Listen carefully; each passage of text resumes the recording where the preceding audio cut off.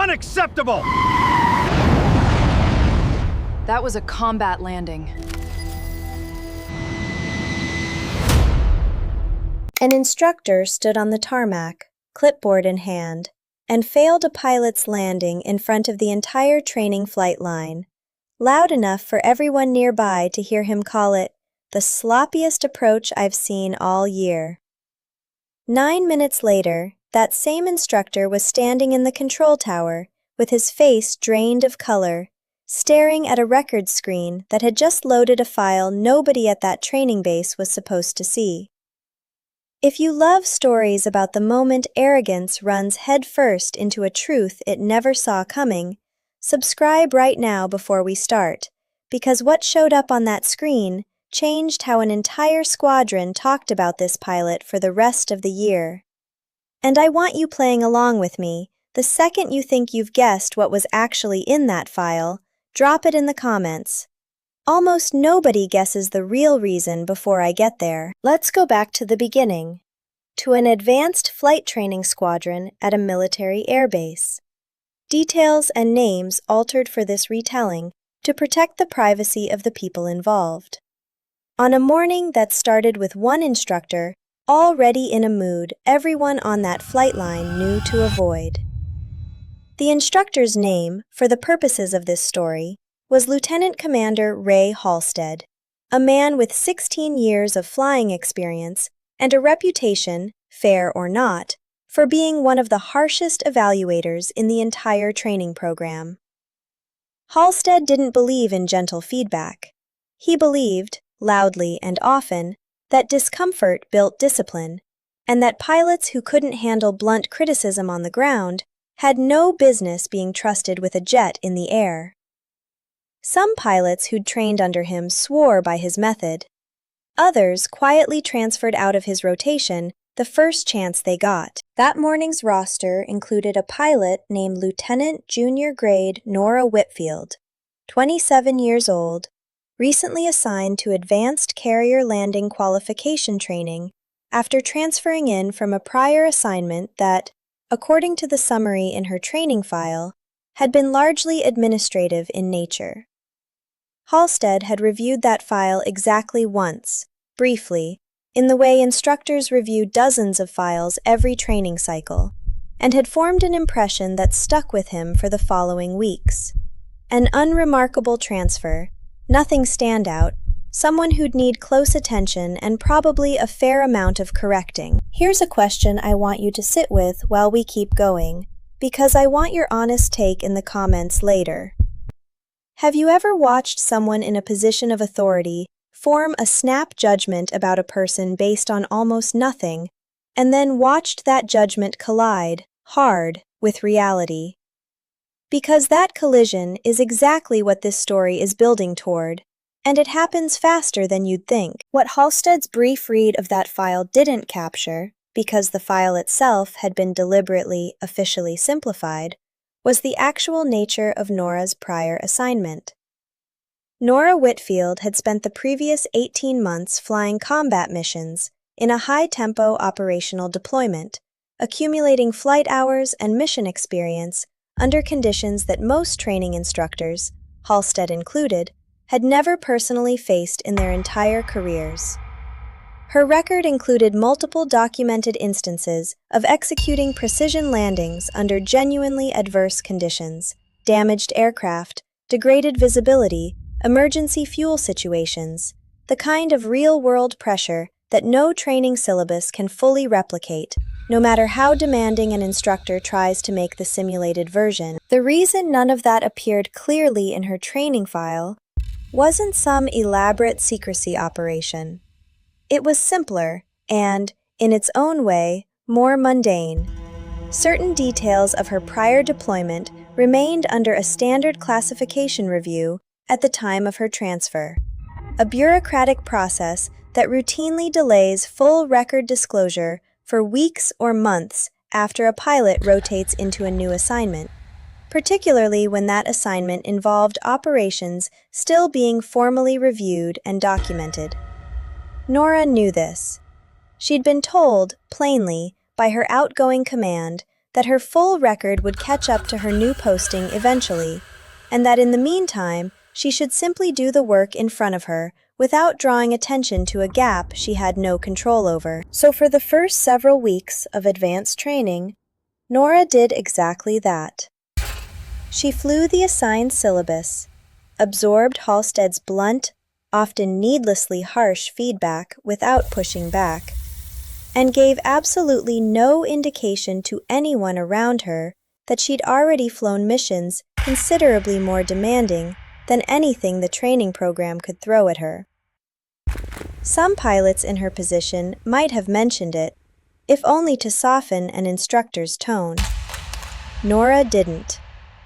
Partly out of genuine humility, and partly, as she'd admit much later, because she'd learned during her deployment that talking about what you'd survived rarely changed how people who hadn't survived it treated you. It just made them uncomfortable, or worse, skeptical.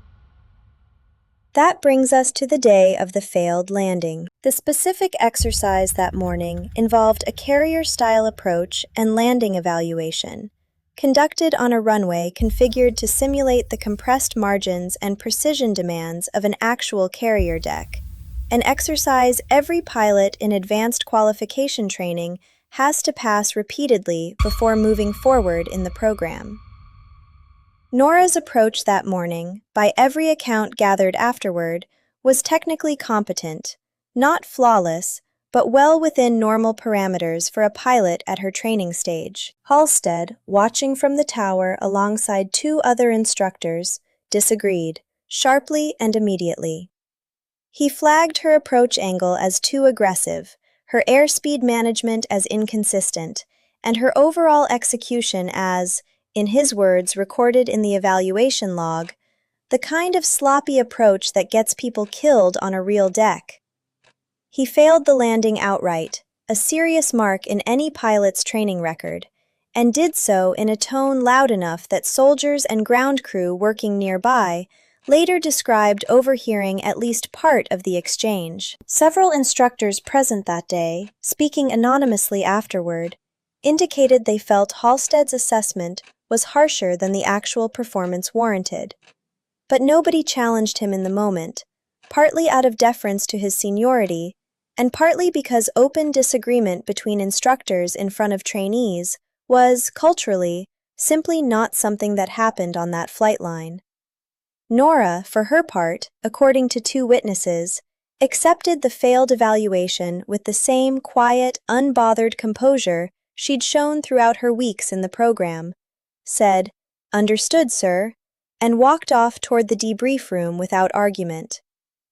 What Halstead didn't know, standing there feeling satisfied with what he clearly considered a justified evaluation, was that his failed landing assessment had just triggered an administrative process that was about to become considerably more consequential than he expected. Every failed evaluation in that training program automatically generates a formal review request, routed through the training command's record system, pulling the pilot's complete service history to determine whether the failure reflects a genuine skills gap or, alternatively, an inconsistency worth flagging for closer examination. A safeguard built into the system specifically to catch situations where an evaluation might not be telling the full story. For most trainees, this automated pull returns a straightforward, unremarkable record, and the review closes within minutes without anyone thinking twice about it. Nora's record wasn't straightforward. The classification review that had been quietly working through her file in the background for the previous several weeks had, as it happened, completed literally the day before her failed evaluation, meaning that when the automated system pulled her full record that morning, it returned, for the first time since her transfer, her complete and newly declassified combat deployment history, 18 months of documented operational flying, including detailed records of the precision emergency landings she'd executed under conditions that made that morning's training exercise look, by comparison, almost gentle. The review flagged immediately, and not quietly.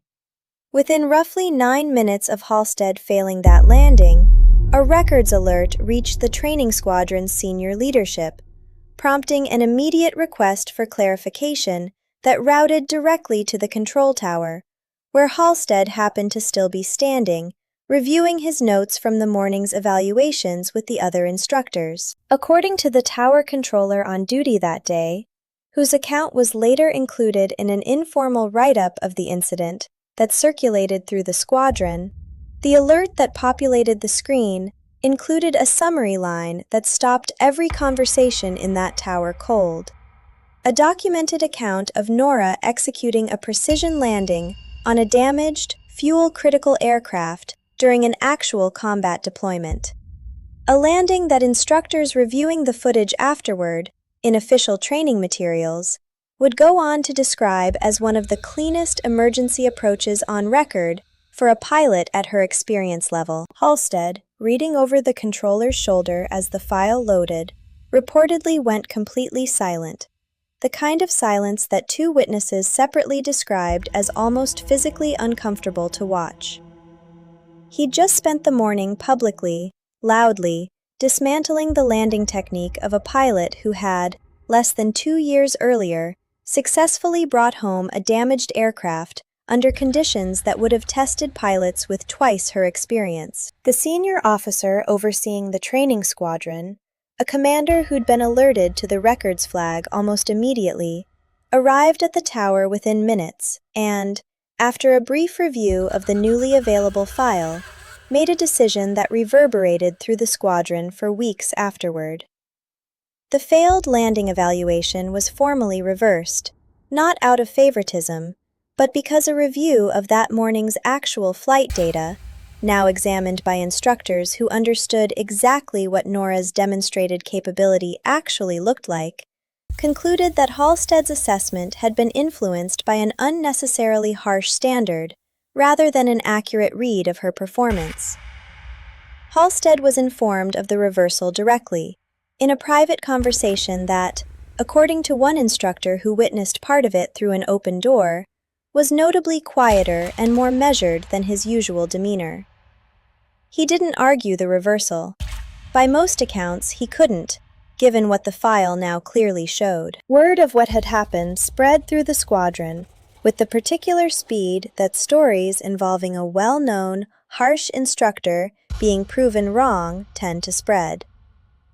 By the following day, most of the flight line had heard some version of the story, and Nora, who had spent weeks being quietly, almost invisibly competent, found herself, somewhat to her own visible discomfort, the subject of considerably more attention than she'd ever wanted. Halstead's approach to her training changed noticeably after that, according to pilots who continued training under him in the following weeks. He didn't become gentle exactly. That apparently wasn't in his nature, regardless of what he'd just learned. But soldiers who trained alongside Nora described his critiques of her flying becoming measurably more specific, more technical, and considerably less inclined toward the kind of sweeping, dismissive judgment he delivered that morning on the tarmac.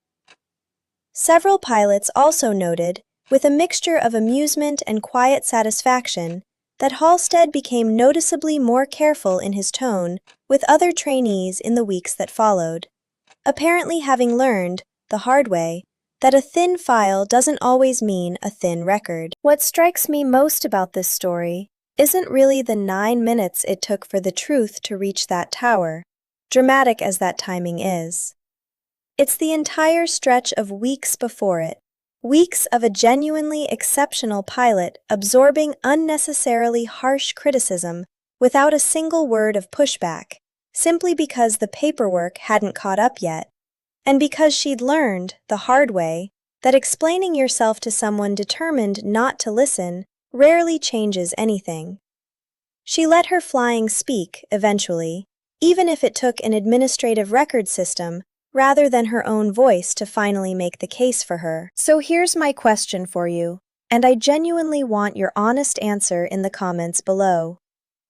Do you think Nora should have said something earlier, told Halstead directly about her background, instead of waiting for the paperwork to catch up, even if it meant breaking the quiet approach she'd chosen? Or do you think instructors like Halstead need to learn, exactly the way he did, that a harsh assumption based on an incomplete file